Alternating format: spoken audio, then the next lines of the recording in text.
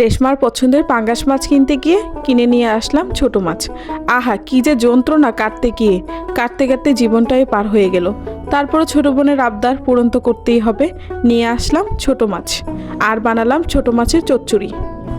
আসসালামু আলাইকুম, সবাই কেমন আছেন? আশা করি ভালো আছেন। আলহামদুলিল্লাহ, আমিও ভালো আছি। আজকে সকালবেলা ঘুম থেকে উঠেই রেশমা বলা শুরু করলো, আপু আমার জীবনটা পাঙ্গাস মাছের মতো হয়ে গেছে। আমি বললাম কেন? বললো যে আপু আমাকে কেউ সবাই ভালোবাসে কিন্তু কেউ প্রকাশ করে না। আমি বললাম ঠিক আছে, তাহলে যেহেতু সবাই ভালোবাসে কেউ প্রকাশ করে না, চলো তোমাকে আজকে পাঙ্গাস মাছ খাওয়াই।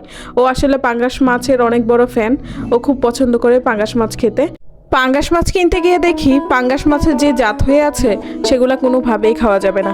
তারপর বললাম চলো তোমাকে আজকে ছোট মাছের চচ্চড়ি খাওয়াই। ও ছোট মাছের চচ্চড়ি অনেক বেশি পছন্দ করে, কিন্তু ছোট মাছগুলো নিয়ে এসে খুবই বিপদে পড়ে গেলাম। কাটতে গিয়ে অনেক সমস্যা হচ্ছিল, আর আমি যেহেতু একা মানুষ, কাটাটা আমার জন্য খুবই ডিফিকাল্ট। যদিও রেশমা আমাকে অনেক